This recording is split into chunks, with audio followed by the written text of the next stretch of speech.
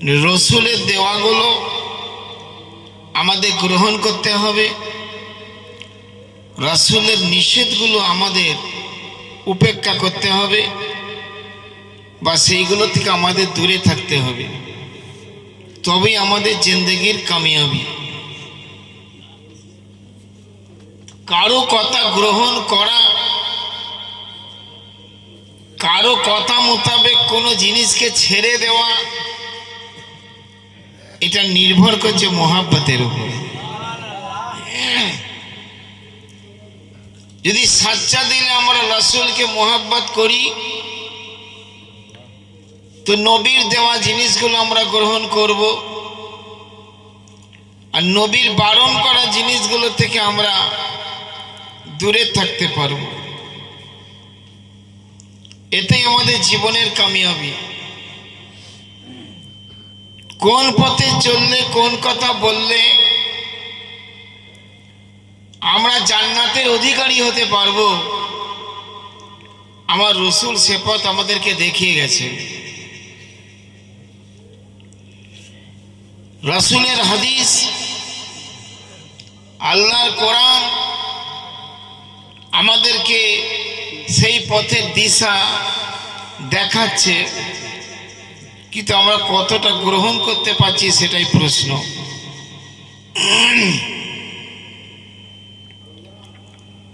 নবীর মোহাব্বত, নবীর ভালোবাসা ঈমানের প্রধান শর্ত। বলুন সুবহানাল্লাহ। যার দিলে নবীর তাজিম নাই, নবীর মোহাব্বত ভালোবাসা নাই, তার নামাজ, রোজা, ইবাদত, বন্দেগীর এক কানা করি মূল্য আল্লাহর দরবারে নাই। আর যার দিলে নবীর ভালোবাসা আছে, তার অল্প আমলও আল্লাহর দরবারে গ্রহণযোগ্য। এই জন্য আমাদের উলামায়ে আহলে সুন্নাত ওয়াল জামাত, সুন্নি জামাতের উলামারা নবীর ইশক ও মোহাব্বতের প্রতি জোর দেয়। ইশক ও মোহাব্বত, প্রেম ভালোবাসা এমন একটা জিনিস মানুষকে জিরো থেকে হিরো বানিয়ে দেয়। আপনি নিচে আছেন, আপনাকে বহু উঁচু তবকায় পৌঁছে দিতে পারে ইশক ও মোহাব্বত। পৃথিবীতে যত ওলি আউলিয়া, গৌস, কুতুব, সাহাবায়ে কেরাম, দরবেশ, ফকির, তারা এত বড় আল্লাহর কাছে সম্মানিত হয়েছেন ইশকে রাসূলের কারণে। একবার জোরে বলুন সুবহানাল্লাহ। মোহাব্বতে রাসূলের কারণে। হযরতে খাজা ওয়াইস আল করনী করণ প্রদেশের মানুষ। ভেড়ার পশমের কম্বল গায়ে দিয়ে উনি থাকতেন, কোনো পোশাকের আড়ম্বর ছিল না, কিন্তু তার দাম কত! আমার নবী হাদিস পাকে বলছেন, বনি মুজান এবং বনি রুবাই গোত্রের ছাগলের যত পশম, ওই পশম পরিমাণ গুনাহগার উম্মতকে খাজা ওয়াইস করণীর সুপারিশে আল্লাহ জান্নাতি বানাবেন। আচ্ছা, খাজা ওয়াইস আল করণী উনি তো নবী নন, সাহাবী নন। কেন? সাহাবীর সংজ্ঞা হচ্ছে যে ঈমানের চোখে আমার রাসূলকে দেখেছে এবং ঈমান নিয়ে দুনিয়া ছেড়েছে, তাকে বলে সাহাবী। হযরত ওয়াইস আল করণী ছিলেন তাবেঈ, মানে সাহাবাদের দেখেছেন এবং মওলা আলীর কাছে উনি বায়াত গ্রহণ করেছিলেন। জোরে বলুন। হযরত ওয়াইস করণী, তাহলে তিনি ছিলেন আল্লাহর ওলি। তে বর্তমান যুগে যেসব প্রতারক ধাপ্পা মাছ কিছু মৌলবী বক্তা বেরিয়েছে, এরা বলছে পীর ওলি আল্লাহরা কিছুই করতে পারবে না। এ বলছে না, বলছে না? ইউটিউবের জামানায় আপনারা কত বক্তার ওয়াজ শুনেন, কোরআন হাদিসকে নিয়ে এদের কোনো রিসার্চ নাই। বুঝে পীর ওলি আল্লাহরা কিছুই করতে পারবে না। আরে খাজা ওয়াইসাল করনি তো আল্লাহর ওলি। বনি রুবাই বনি মুজার গোত্রে যত ছাগল আছে, ওই ছাগলের পশম পরিমাণ নবীর গুনাহগার উম্মতকে সুপারিশ করে শাফাত করে ওয়াইস করনি আল্লাহর জান্নাতে পৌঁছাবে। তা আল্লাহর ওলি উপকার করতে পারলো না, পারলো না? যে তাহলে নবীর হাদিসকেও তেরা ডিনাই করছে, নবীর হাদিসকেও এরা ইনকার করে বেড়াচ্ছে। বলছে খাজা বাবারই কি হবে তা ঠিক নাই। এদের ঈমান থাকবে বাবু? যে আল্লাহ বলছেন আলা ইন্না আউলিয়া আল্লাহ লা খাউফুন আলাইহিম ওয়া লা হুম ইয়াহজানুন। হুঁশিয়ার হয়ে যাও, সাবধান হয়ে যাও, নিশ্চয়ই যারা আল্লাহর ওলি হবে তাদের কোনো ভয় নাই, তাদের কোনো চিন্তা নাই। ওলিদের কোনো ভয় নাই, ওলিদের কোনো চিন্তা নাই। এই ডিক্লার আল্লাহ করলেন, কোনো মৌলবীর জন্য বলেননি, কোনো হাফেজকারীর জন্য আল্লাহ বলেননি, কোনো মুফতি মুহাদ্দিসের জন্য আল্লাহ কথা বলেননি, ওলি আল্লাহর জন্য বলেছেন। তাহলে ওলিদের পদমর্যাদা কত! মাশাআল্লাহ, আমরা সকলে সুন্নি পীরপন্থী, আমাদের সকলের আকীদা আল্লাহর ওলিদের মানতে হবে। একবার জোরে বলুন, बिना वसीलाए अल्लाह नहीं मिलेगा, मिल नहीं सकता खुदा, पीर का वसीला छोड़कर मुमकिन नहीं, चलिए छत पे जीना छोड़कर, যেমন সিঁড়ি ছাড়া ছাদে ওঠা তোমার জন্য সম্ভব নয়, ঠিক তেমন পীর ছাড়া আল্লাহর দরবার পর্যন্ত পৌঁছানো সম্ভব নয়। যত ওলি আল্লাহ গৌস কুতুব এসেছেন সবাই মুর্শিদকে মাননেওয়ালা, সবাই পীরকে মাননেওয়ালা। এই ওলি আল্লাহর বিরোধী একটা দল আছে, বুঝতে পেরেছেন? এরা হচ্ছে ওয়াহাবি। সাহাবা হুজুরদের বিরোধী একটা দল আছে, এরা হচ্ছে শিয়া। আহলে বায়ত পাঞ্জাতন পাকের বিরোধী একটা দল আছে, এই দলটার নাম হলো খারেজি।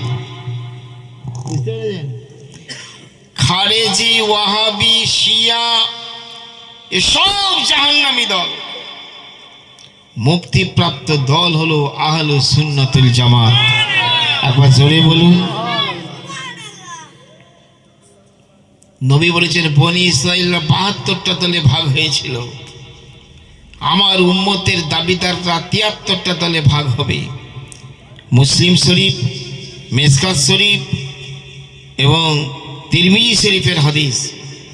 রাসূল বলেছেন কুল্লুহুম ফিন্নার ইল্লা মিল্লাতাম ওয়াহিদাতান, সবাই জাহান্নামে যাবে একটি দল ছাড়া।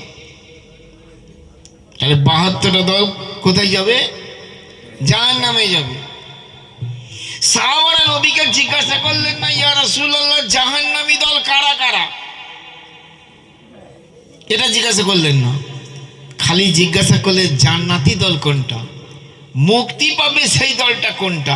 মানে ওই দলটা জানতে পারলেই জানা যাবে বাদ বাকি সবাই জাহান্নামী।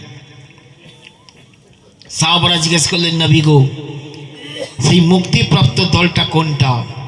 নবী বললেন মা আনা আলাইহি ওয়া আসহাবি, আমি এবং আমার সাহাবারা যে মত পথে আছি এর উপর যারা কায়েম থাকবে তারা জান্নাতি দল। আচ্ছা আপনারা বলেন তো, এখানে একটা সূক্ষ্ম কথা আপনাদের সঙ্গে আলোচনা করব, শেয়ার করব, খুব দিমাগ খাটিয়ে বুঝতে হবে। আচ্ছা আহলে বায়াত ছাড়া আমরা নাজাত পাবো? পাওয়া যাবে? আচ্ছা, পাঞ্জাতনের ভালোবাসা ছাড়া আমরা জান্নাত পাবো?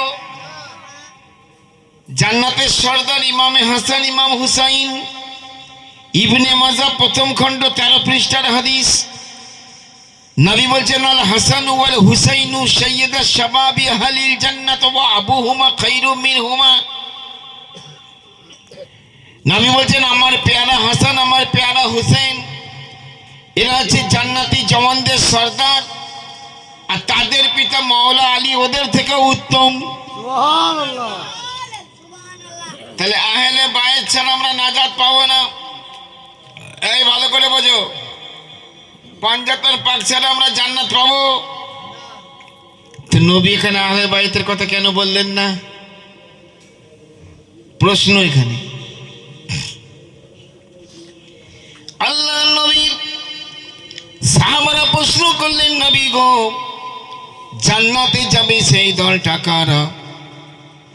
রাসূলুল্লাহ বললেন, মা আনা আলাইহি ওয়া সাহাবী, আমি এবং আমার সাহাবারা যে মত পথে আছি এর উপর যারা কায়েম থাকবে তারা হবে জান্নাতি দল। নবী আহলে বায়েতের কথা বললেন না, পাঞ্জাতন পাকের কথা বললেন না, মাওলা আলীর কথা, ইমাম হাসান হুসেনের কথা নবী বললেন না। কারণটা কি ভালো করে শুনে নিন। আমার নবী বড় দূরদর্শী, আমার নবী বড় বিচক্ষণ, আমার নবী ভূত বর্তমান ভবিষ্যৎ সব জানেন। এ পাওয়ার আমার আল্লাহ তার নবীকে দান করেছেন। এই মাইক কথাটা পালিয়ে গেছে, এই মাইকটা ঠিক করে ফিট করতে পারেন, খ্যান খ্যান আওয়াজ হচ্ছে। খুব ভালো করে বুঝবেন কেন নবী আহলে বাইতের কথা বললেন না। যদি আল্লাহর নবী বলতেন যে মত পথে আমি এবং আমার আহলে বাইতরা আছে এর উপর যারা কায়েম থাকবে তারা জান্নাতি দল, এই কথা যদি নবী বলে দিতেন নবীর সাহাবারা ক্যান্সেল হয়ে যেত। এই কথা বুঝে এসেছে? সাহাবারা ক্যান্সেল হয়ে যেত, আর শিয়া বেঈমানরা তো ধেই ধেই লাফাত। পেয়েছি হাদিস, পেয়েছি। এই দেখো, আহলে বায়াতের কথা নবী বলছেন, সাহাবীর কথা বলেছেন নবী, লোকে দেখাতো। কিন্তু ভবিষ্যৎ বক্তা নবী মুস্তাফা সাল্লাল্লাহু আলাইহি ওয়াসাল্লাম আহলে বাইতের কথা, পাঞ্জাতন পাকের কথা না বলে তিনি সাহাবার কথা উল্লেখ করলেন। এই 24 পরগনার মুসলমান ভালো করে শুনুন, হযরত আলী একদিক দিয়ে যেমন পাঞ্জাতনের সদস্য, অপর দিক দিয়ে রাসূলুল্লাহর সাহাবী। সুবহানাল্লাহ। এই কথা ঠিক কি না? ঠিক। ইমাম হাসান ইমাম হুসাইন আমার নবীর নামাসা, আহলে বাইতের সদস্য, পাঞ্জাতনের সদস্য, অপর দিক দিয়ে ইমাম হাসান হোসেন ও নবীর সাহাবী। আমার নবীর বেটি জগৎ জননী মা ফাতেমা, ফাতেমা তু জাহরা রাদিয়াল্লাহু তাআলা আনহা একদিক দিয়ে যেমন আহলে বাইতের সদস্য, একদিক দিয়ে যেমন পাঞ্জাতন পাকের একজন, অপর দিক দিয়ে তিনি মহিলা সাহাবীর মধ্যে গণ্য। একবার জোরে বলুন। একটু খ্যান খ্যান আওয়াজ হচ্ছে, আওয়াজটা একটু বুঝতে পেরেছেন? দুসরি পড়েন, আল্লাহুম্মা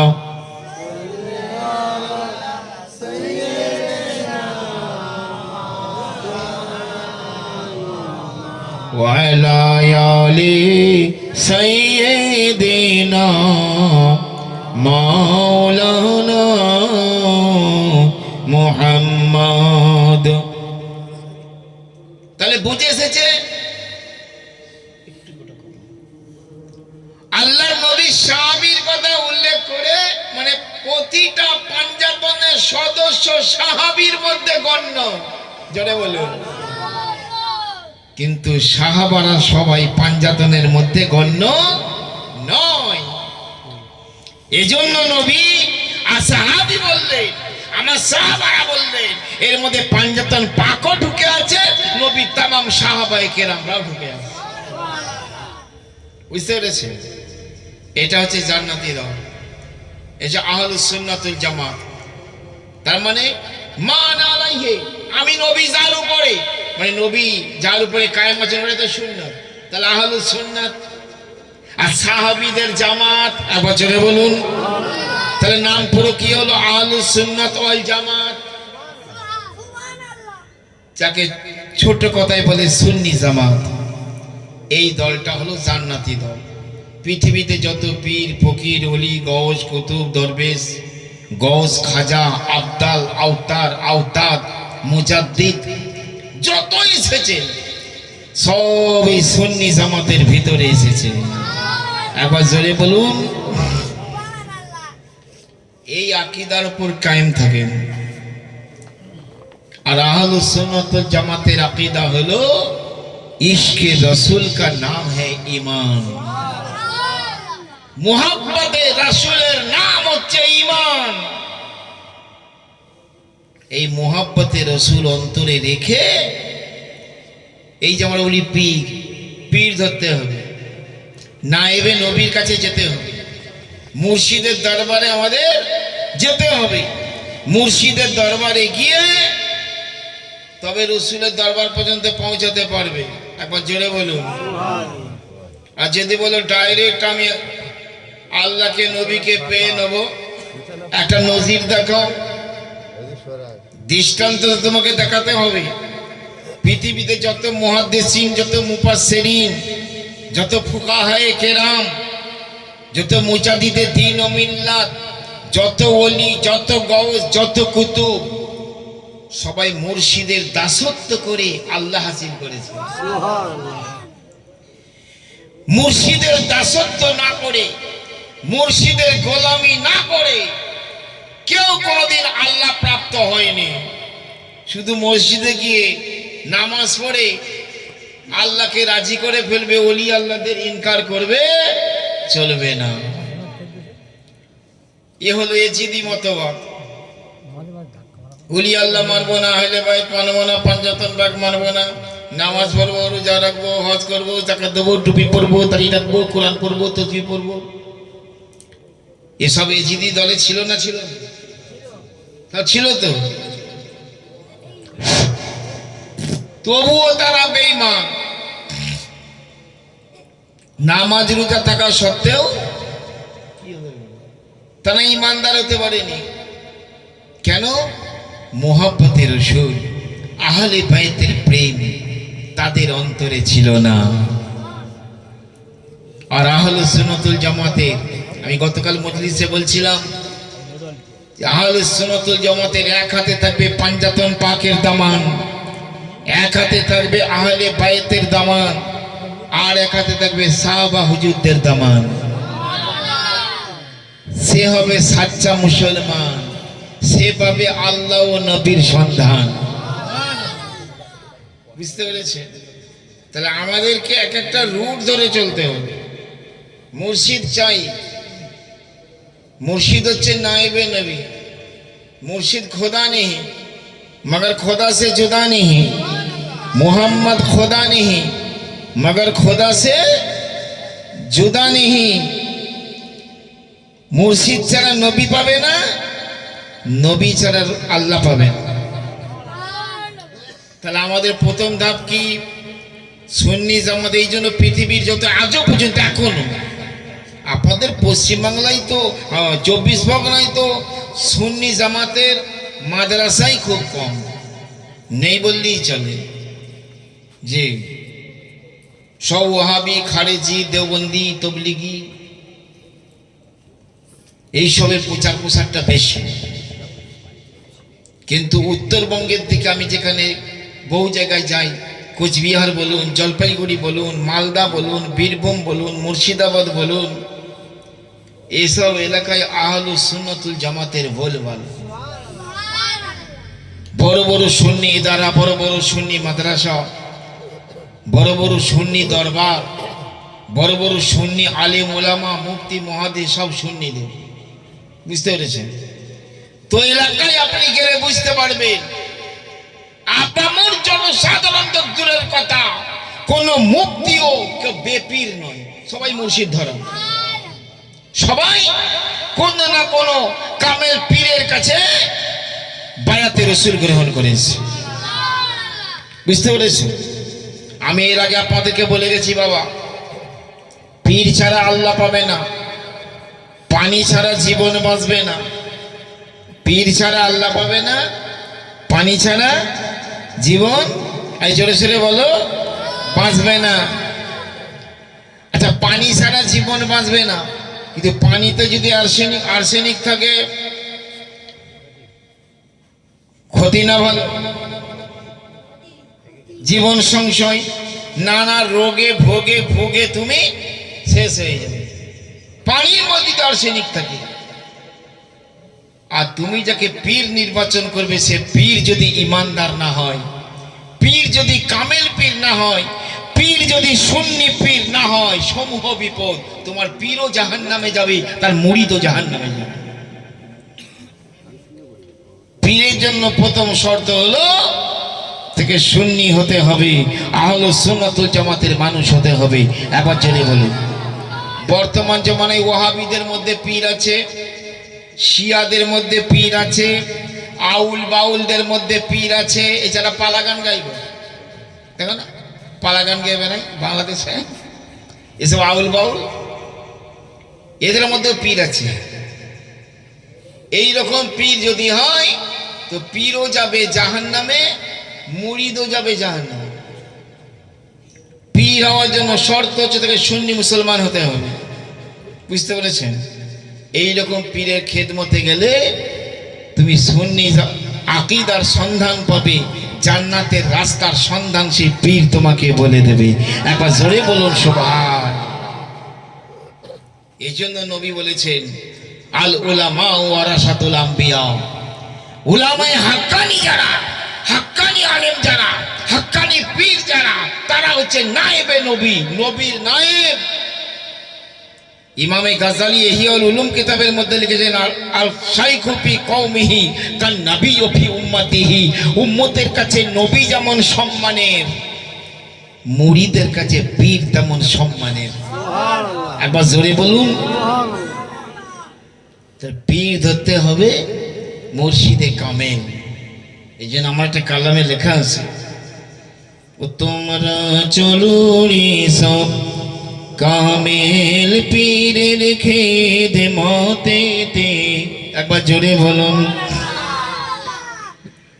তোমরা চলো রে সব কামেল পীরের খেদমতেতে। ওরে মিলিবে জ্ঞান বুঝিবে ভেদ, ওরে মিলিবে জ্ঞান বুঝিবে ভেদ হাকিকতে। তোমরা চলো রে সব কামেল পীরের খেদমতেতে। একবার জোরে বলুন, নবীর খেলাফ যে পীর তোমায় তালিম দিবে, কামেল মুর্শিদ বলে তারে না মানিবে। নবীর খেলাফ যে পীর তোমায় তালিম দিবে, কামেল মুর্শিদ বলে তারে না মানিবে। ওরে এই কথা লেখা আছে দলিলেতে। তোমরা চলো রে সব কামেল পীরের খেদমতেতে। একবার জোরে বল, ওরে মিলিবে জ্ঞান বুঝিবে ভেদ হাকিকতে। তোমরা চলো রে সব কামেল পীরের খেদমতেতে। একবার জোরে বলুন। তারপর শুনুন, কামেল পীরের কাছে পাই কি না মেলে, আল্লাহ মেলে সে তাই রাসূল মেলে। একবার জোরে বলুন সুবহানাল্লাহ। কামেল পীরের কাছে পাই কি না মেলে, আল্লাহ মেলে সে তাই রাসূল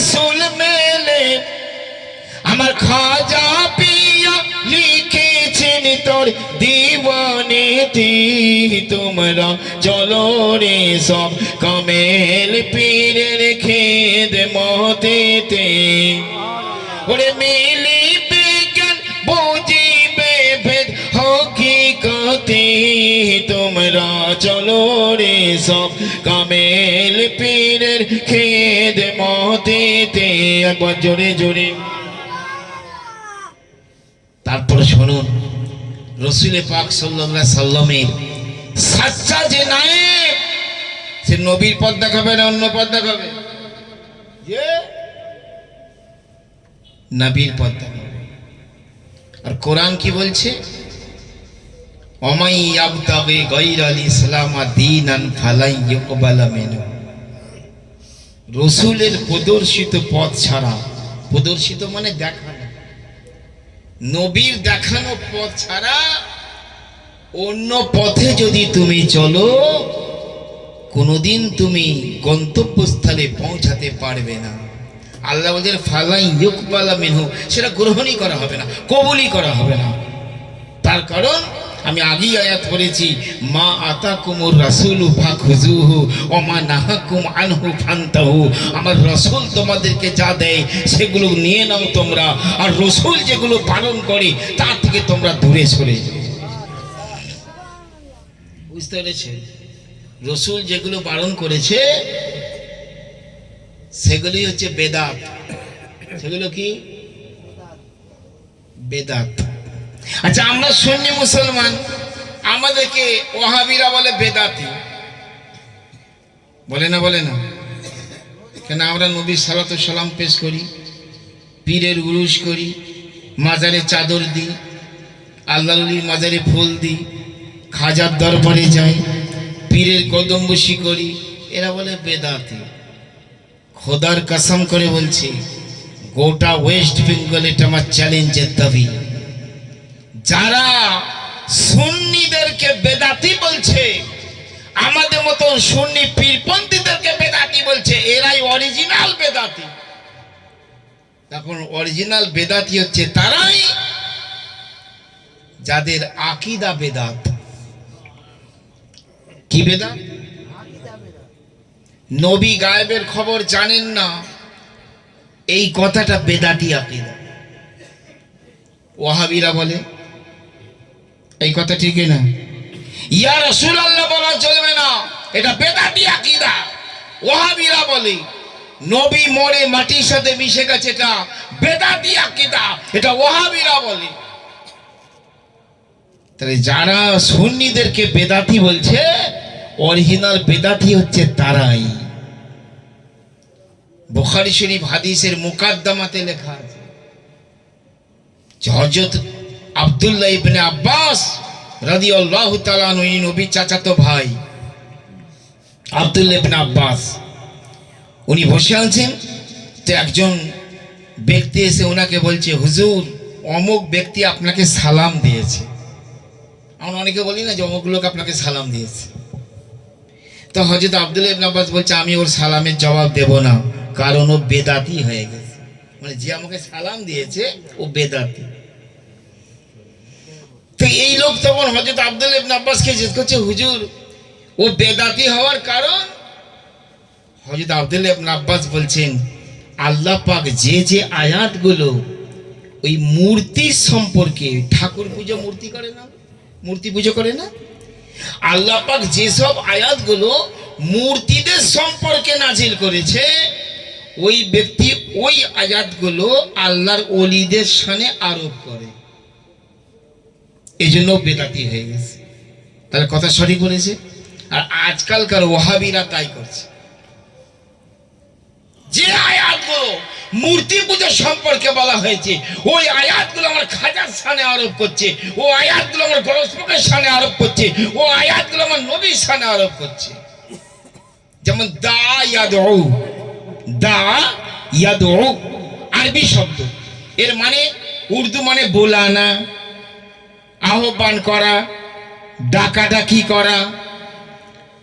আমি প্রায় আমার ভক্ত মুরিদদের বোঝাই, বাবা কোরআন শরীফের অনেক আয়াত আছে, এক একটা আয়াতের অনেক তর্জমা আছে। কোন তর্জমা কোন জায়গায় ফিট করতে হবে সেটা অনেকে জানে না, তর্জমা করতে বসে গেছে, কোথা থেকে গোমরা হয়েছে। দা ইয়াদউ এই শব্দের একটা মানে যেমন ডাকাডাকি করা, আপনাদের অসুবিধা হচ্ছে খুব ভালো করে বুঝবেন। দা ইয়াদউ মানে ডাকাডাকি করা, কাউকে ডাকা। আর দা ইয়াদউর আর একটা মানে হচ্ছে পূজনা, পুজো করা, ইবাদত করা। আমার আল্লাহ রাব্বুল আলামিন কুরআনুল কারীমের ভিতরে বলেন ওয়ালা তাদউ মা'আল্লাহি ইলাহান আখার। আমার আল্লাহ বলছেন দুনিয়ার মানুষ তোমরা আল্লাহ ব্যতীত দ্বিতীয় মাবুদের পূজা পার্বণ করিও না। আমরা কার ইবাদত করি? আল্লাহ বলছেন আল্লাহ ছাড়া দ্বিতীয় কোনো মাবুদের তোমরা পূজা করিও না, ইবাদত করিও না। তাহলে এখানে মানে হবে পুজো পার্বণ করা। আর ওয়াহাবিরা মানে নিয়েছে ডাকাডাকি করা। এই জন্য ওরা মশলা বের করেছে, ইয়া নবী বলা চলবে না, নবীকে ডাকা হয়ে যাচ্ছে। ইয়া গৌস বলা চলবে না, ইয়া খাজা বলা চলবে না, ইয়া আলী বলা চলবে না, ইয়া মুর্শিদ বলা চলবে না। এই মানেগুলো করে ওরা গোমরা হয়েছে। কিন্তু আমার আল্লাহ এই আয়াতের মধ্যে তিনি ডাকাডাকির কথা বলেননি, পুজো করার কথা উল্লেখ করেছি। এই কথা বুঝে এসেছে? তাহলে ওই আয়াত নিয়ে যদি ওলিদের দুশ্মনী করুক, যদি বলো ইয়া নবী করা চলবে না, ইয়া গাউস পাক ডাক দেওয়া চলবে না, ইয়া আলী বলা চলবে না, ইয়া খাজা গরিব নামাজ বলে ডাকা চলবে না, এই মশলা যদি তুমি মৌলবি বাহির করো তাহলে ওটা কোরআনের তাফসীর নয়, ওটা হচ্ছে কোরআনের তাহারিফ। তাহারিফ মানে অপব্যাখ্যা। আমার নবী বলেছেন মান ফাসসারাল কুরআন বিরাইহি ফাকাদ কাফারা, যে ব্যক্তি কোরআন শরীফের তাফসীর নিজের মন গড়া করবে ওই ব্যক্তি কুফরি করলো। কোরআনের তাফসীর যদি মন গড়া করো তাহলে কুফরি করা হয়ে গেল। তাহলে খুব সাবধান। যেমন গায়রিল মাগদুবি আলাইহিম ওয়ালাদ-দাল্লিন। পড়ি না পড়ি তো। এর মানে কি আল্লাহ যারা পথভ্রষ্ট হয়ে গেছে, যারা গোমরা হয়ে গেছে, তাদের পথে আমাদের পরিচালিত করিও না। তাহলে দল্লন শব্দ মানে হচ্ছে গোমরা। কি মানে? কোরআন শরীফে 30 পারায় আমার আল্লাহ তার নবীকে বলেছেন ওয়াজাদাকা দাল্লান ফাহাদা। এখানে ওয়াহাবিরা বেঈমান হয়ে গেল তরজমা করতে গিয়ে।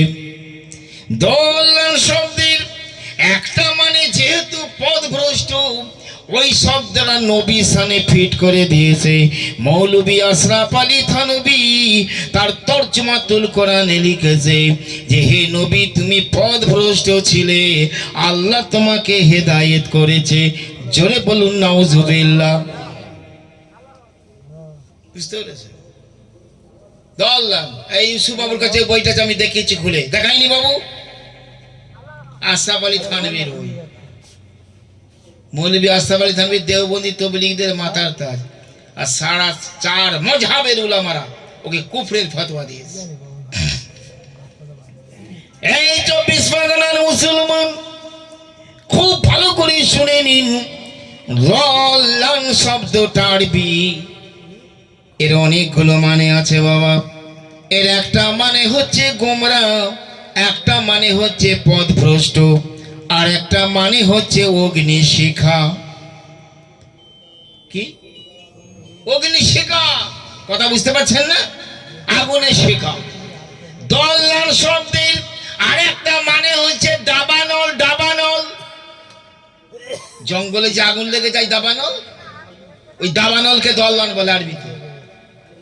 আবার দল্লান মানে নিজেকে ভুলে যাওয়া, আত্মবিভোর হওয়া।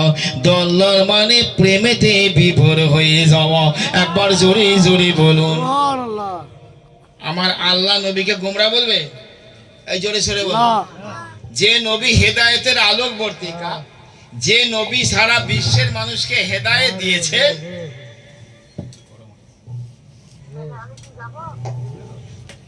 সেই নবীকে আল্লাহ গোমরা বলবে? যে তাহলে ওয়াজাদাকা দাল্লান ফাহাদা, এর মানেটা শোনো। আমার আল্লাহ বলছেন ওয়াজাদাকা দাল্লান ফাহাদা, ও আমার নবী গো, আমি তোমাকে আমার প্রেমে আত্মবিভোর অবস্থায় পেয়েছিলাম, পরে ঠিক জায়গায় দাঁড় করিয়েছি। ও নবী গো, তুমি যদি প্রেমে আত্মবিভোর হয়ে নিজে আত্মভোলা হয়ে থেকে থাকো, তাহলে হেদায়েত রুশদের কাজ, আমার ইসলামের প্রচার কাজ তো ব্যাহত হয়ে যাবে। এই জন্য আমি তোমাকে ঠিক জায়গায় দাঁড় করিয়েছি, যাতে আমার দেওয়া গুরু দায়িত্ব তুমি পালন করতে পারো। তার মানে কত সুন্দর। আর ওহাবি মানে করছে আশরাফ আলী থানভী, মানে করেছে গোমরা। মাহমুদ হাসান দেওবন্দি, ও মানে করছে শরীয়ত সে বেখবর। ডেপুটি নাজির হোসেন বাংলাদেশের, ও কোরআনের এই তর্জমায় লিখেছে, হে নবী, তোমাকে আল্লাহ পথ হারা অবস্থায় পেয়েছিল। নাউজুবিল্লাহ পড়ে। দেখেছেন? এজন্য কোরআন বলেছে ইউদিল্লু বিহি কাসীরান ওয়া ইয়াহদি বিহি কাসীরা। এই কোরআন নিয়ে বহু মানুষ হেদায়েতের আলো পাবে, আর কোরআন নিয়ে বহু মানুষ পথভ্রষ্ট হয়ে যাবে। কোরআন নিয়ে পথভ্রষ্ট হয়ে, প্রকৃষ্ট প্রমাণ দেখুন। বর্তমান আমাদের মুসলমান সমাজে বড় বড় কোরআনের হেফজখানা তৈরি হয়েছে, বড় বড় মাদ্রাসা তৈরি হয়েছে, ছেলেদেরকে হাফেজ বানানো হচ্ছে। মৌলবীরা হাফেজ লোকেরা কোরআনকে বগলে করে নিয়ে বেড়াচ্ছে, তবু হেদায়েতের আলো তারা পায় নাই। কোরআনকে নিয়ে ঘুরছে কিন্তু কোরআনকে মানে না। কোরআন নিয়ে ঘুরছে, বুঝতে পেরেছি? শোনো মৌলানা, তুমি মুখে বলো কোরআন মানি, কাজে কিছু না। শোনো মৌলানা, তুমি মুখে বলো কোরআন মানি, কাজে কিছু না। কোরআন কি তার কি চিনেছো, আর স্বভাব সুন্দর কই করেছো, আর জ্ঞানীর কাছে কি তালিম পেয়েছো, অন্ধের দোজখ ঠিকানা। শোনো মৌলানা, তুমি মুখে বলো কোরআন মানি, কাজে কিছু না। কোরআন নিয়ে ঘুরে বেড়াচ্ছে, বগলে করে কোরআন নিয়ে বেড়াচ্ছে, কোরআনের হাফেজ হয়েছে, 30 পারা কোরআন তেলাওয়াত করছে, অথচ কোরআন মানে না। কোরআনের হাফেজ হয়ে বলছে পীর ওলি মানা যাবে না, খাজার দরবারে যাওয়া চলবে না, ওসিলা মানা চলবে না। আপনারা বলুন, এই কথা কি কোনো ফুচকাওয়ালা, কোনো সবজিওয়ালা, ঠেলাওয়ালা বলেছে, নাকি এক শ্রেণীর মৌলবী লোক বলেছে? এই কথা ঠিক করে বলো, এক শ্রেণীর মৌলবী লোক বলেছে? কোরআন নিয়ে বেড়াচ্ছে, অথচ কোরআন বলছে সূরা কাফের 17 নম্বর আয়াত, ওয়ামাই ইউদিলিল ফালান তাজিদা লাহু ওলিয়াম মুরশিদা। আল্লাহ বলছেন, যারা গোমরা হবে, যারা পথভ্রষ্ট হয়ে যাবে, তারা ওলি মুর্শিদ কিছুই পাবে না। একবার জোরে বলুন। দেখছেন, ওলি শব্দ, মুর্শিদ শব্দ আল্লাহর কোরআন বলছে, আর এই বেঈমান বলছে কোরআন মানব, পীরলি মানবো না। তাহলে কোরআন মানা হলো? ও বগলে করে কোরআন নিয়ে কিন্তু ঘুরছে। হ্যাঁ, আবার দেখুন, আমার আল্লাহ বলছেন 6 পারা সূরা আল মাইদার ভিতরে আমার আল্লাহ ঘোষণা করেছেন, ইয়া আইয়ুহাল্লাযীনা আমানু তাকুল্লাহা ওয়াবতাগু ইলাইহিল ওয়াসিলাতা ওয়াজাহিদু ফি সাবিলিহি লাআল্লাকুম তুফলিহুন। আল্লাহ বলছেন, ইমানদার বান্দারা, তোমরা আল্লাহকে ভয় করো, আল্লাহকে পাবার জন্য ওসিলার সন্ধান করো। তো ওসিলা ধরতে কে বললো? এ বলছে ওসিলা মানব না। কোরআন নিয়ে ঘুরে বেড়াচ্ছে, বগলে কোরআন, কণ্ঠে কোরআন, তেলাওয়াত করছে কোরআন, তারাবির নামাজে কোরআন পড়ছে। এই জন্য নবী বলেছেন, এমন একটা জমানা আসবে মানুষ কোরআন তেলাওয়াত করবে কিন্তু কোরআনের উপর আমল করবে না। কোরআন নিয়ে ঘুরে বেড়াবে কিন্তু কোরআনের উপর আমল করবে না। সেই জমানা চলে যাবে। বলছে পীরলি মানা যাবে না, ওসিলা মানা যাবে না। আচ্ছা, ওসিলা ছাড়া কেউ আল্লাহ পেয়েছে দুনিয়ায়?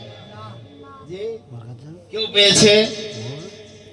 একটা দেখান যে পীরের কাছে যায়নি, পীরের দরবারে যায়নি, আল্লাহ পেয়ে গেছে। ইমাম আহমদ ইবনে হাম্বল 4 মাযহাবের এক ইমাম, 10 লাখ হাদিসের হাফেজ। 10 লাখ হাদিসের হাফেজ তিনি। তারও পীর ছিল, তার পীর হচ্ছে হযরতে খাজা বিসরি হাফি রহমাতুল্লাহ আলাইহি। ইমাম সাফির পীর হযরত ইমাম মালিক রহমাতুল্লাহ আলাইহি। আমাদের হানাফি মাযহাবের ইমাম, ইমামে আজম আবু হানিফা রহমাতুল্লাহ আলাইহি, তার পীরের নাম হচ্ছে হযরত ইমামে জাফর সাদিক রহমাতুল্লাহ আলাইহি। সুবহানাল্লাহ। কোরআন বলছে ওসিলা ধরো, আর যারা খুশনসিব, যারা আল্লাহওয়ালা, যারা রাসূলকে মাননেওয়ালা, কোরআনের প্রতি আমলকারী, তারা পীর ও মুর্শিদের ওসিলা মাধ্যম দিয়ে সাধ্য সাধনা করে রিয়াজত, বন্দেগী, ইবাদত, মুরাকাবা, মুশাহাদা, জিকির আজকার করে আল্লাহর সান্নিধ্য লাভ করে ওলি আল্লাহ হয়ে গেছে। আর যারা শুধু কোরআন নিয়ে ঘুরে বেড়াচ্ছে, আমল নেই কোরআনের উপরে, আমল আলাদা কিছু, আর কোরআন নিয়ে ঘুরছে, খুব সাবধান। এই জন্য বলছি বাবা, রাসূলুল্লাহর হাদিসের উপর ফলো করো। আর একটা কি ব্যারাম বেরিয়েছে, ব্যারাম মানে বুঝলেন? রোগ। রোগ দিকে দিকে যখন জলসা হয় দেখবেন, মিলাদ হয়। আপনাদের এখানে জলসাকেও মিলাদ বলে, 24 প্রোগ্রামে। আমাদের এখানে ঘরোয়া ছোট এরকম হলে পরে মিলাদ বলে, আর যারা 5 জন 7 জন মিলে যেটা করে জলসা বলে। তা আপনাদের 24 প্রোগ্রামে এই কথাটা চালু হচ্ছে, মুহররমের মিলাদ, খাজা পাকের মিলাদ, আমাদের এখানে জলসা বলে। যাই হোক, বড় বড় জলসা যেখানে হয় বা মিলাদ যেখানে হয়, আপনাদের 24 প্রোগ্রামই শুধু নয়, বেশিরভাগ জায়গায় একটা স্লোগান দেওয়া হয়। কি স্লোগান? আল কোরআনের আলো ঘরে ঘরে জ্বালো। আল কোরআনের আলো ঘরে ঘরে জ্বালো। শুধু এটা এক পেশে কথা, কত সাংঘাতিক কথা জানেন? আপনি হয়তো বলবেন যে কি বলছেন মৌলানা বশির সাহেব, আল কোরআনের আলো ঘরে ঘরে জ্বালো বলছে, এটা সাংঘাতিক কথা হবে কেন? প্রশ্ন আসে না, আসে না? কোরআন ছাড়া তো আমাদের গতি নাই। কিন্তু শুনুন, আল্লাহ বলছেন, আফাতুমিনুনা বিবাদিল কিতাবি ওয়া তাকফুরুনা বিবাদ। কোরআন, আল্লাহ বলছেন তোমরা কোরআনের কিছু সংখ্যক কি বিশ্বাস করো আর কিছু সংখ্যক কি অবিশ্বাস করো নাকি? তাহলে আমাদের স্বভাব কি হবে, উচিত কি হবে? কোরআনের প্রতিটা কথার প্রতি ঈমান রাখা। এই কথা ঠিক কিনা? রাসূলুল্লাহ যা দিয়ে গেছেন, কোরআন বলছে মা তাকুমুর রাসূলু ফাখুযুহু, আমার নবী তোমাদেরকে যা দিয়েছে তোমরা সেগুলো গ্রহণ করে নাও। তাহলে নবীর কিছু নেবো আর কিছু ছেড়ে দেব, এটা কি উচিত হবে নাকি? কি গো, সব নিতে হবে তো? শুনুন মুসলমান, বিদায় হজের সময় আরাফাতের ময়দানে আল্লাহ নবী তো জানের বাদশা হুজুর মুহাম্মদুর রাসূলুল্লাহ সাল্লাল্লাহু আলাইহি ওয়াসাল্লাম 1,24,000 সাহাবীর সামনে ভাষণ দিয়েছিলেন। বুখারী শরীফ হাদিসে আছে, নবী বলছেন, ও আমার সাহাবারা শোনো, তিরমিজি শরীফ 2য় খণ্ড 220 পৃষ্ঠার হাদিস। রাসূল বলছেন, শোনো বাবা, এই আমার সাহাবারা, আমি আগামী বছর তোমাদের সঙ্গে আর হজ করতে পারবো না। আমি হজের মরশুম আসার আগেই দুনিয়া থেকে পর্দা করে চলে যাব। আমি রাসূল তোমাদের জন্য দুটো ভারী জিনিস রেখে যাচ্ছি। সাকালাইনে শব্দ আছে হাদিসে, সাকালুন মানে ভারী, তাসনিয়া সেগা সাকালাইন, দুটো ভারী জিনিস রেখে যাচ্ছি। যতদিন পর্যন্ত এই দুটো ভারী জিনিসকে তোমরা আঁকড়ে ধরে থাকবে, পৃথিবীর কোনো ক্ষমতা তোমাদেরকে পথভ্রষ্ট গোমরা বানাতে পারবে না। আর যদি দুটোকে ছেড়ে দাও, কিংবা দুটোর একটিকেও যদি ছেড়ে দাও, তোমরা অবশ্যই পথভ্রষ্ট হয়ে যাবে। সাহাবারা প্রশ্ন করেছিলেন, নবী গো, ফিদাকা আবি ওয়া উম্মি ইয়া রাসূলুল্লাহ, আমাদের পিতামাতা আপনার কদমে কুরবান হয়ে যাক নবী গো, সেই দুটো ভারী জিনিস কি কি বলুন? আমার রাসূল বলেছিলেন, আল কুরআন কিতাবুল্লাহি ওয়া ইতরাতি আহলে বাইতি। 1 নম্বর হচ্ছে আমার আল্লাহর কোরআন, আর দ্বিতীয় হচ্ছে আমার আহলে বাইত। একবার জোরে জোরে, আরো জোরে বলুন। 1 নম্বর আল্লাহর কোরআন, আর দ্বিতীয় কি? আমার আহলে বাইত। চিরদিন স্লোগান দিলে আল কোরআনের আলো ঘরে ঘরে জ্বালো, তাহলে আহলে বাইতের আলো ঘরে ঘরে জ্বালো, এই পুকার কবে দেবে? মরে গেলে না, মনকে নেকির যখন বেশ আচ্ছা তারে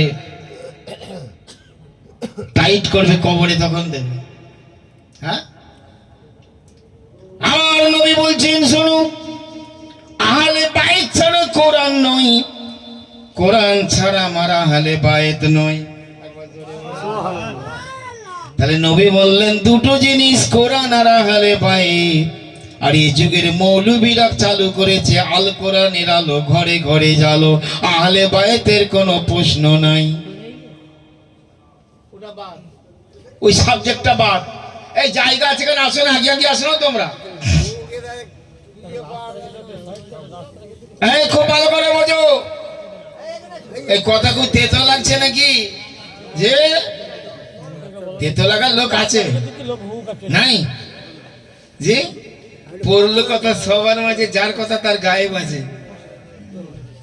আপনাদের তেতো লাগবে না তো মিষ্টি লাগবে মাশাআল্লাহ। আপনারা তো আহলে বাইতকে মাননে वाला, पंजातन पाक के मानने वाला, কোরআন কেও মাননে वाला। আর যারা নাম দিচ্ছে আমরা আহলে কোরআন, আবার কিছু বেঈমান বেরিয়েছে, আবার মানে এই কথাগুলো বলতে হয়, আমার না বললে পরে কিয়ামতের দিন জিভ টেনে ছেড়ে দেবে ফেরেশতারা।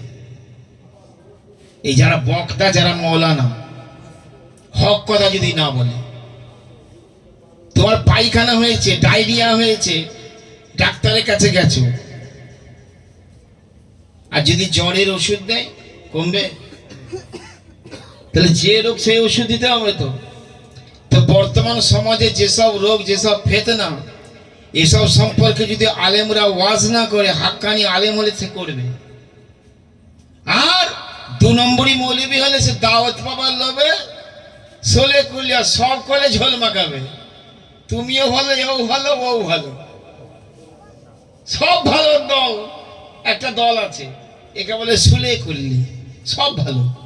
তবলিগও ভালো, সুন্নি জামাতও ভালো, শিয়াও ভালো, সব ভালো। আর যে ইমানদার হবে সে কি বলবে? সুন্নি ভালো, আহলে সুন্নাত ওয়াল জামাত ভালো, বাদ বাকি সব জাহান্নামী দল। সুবহানাল্লাহ।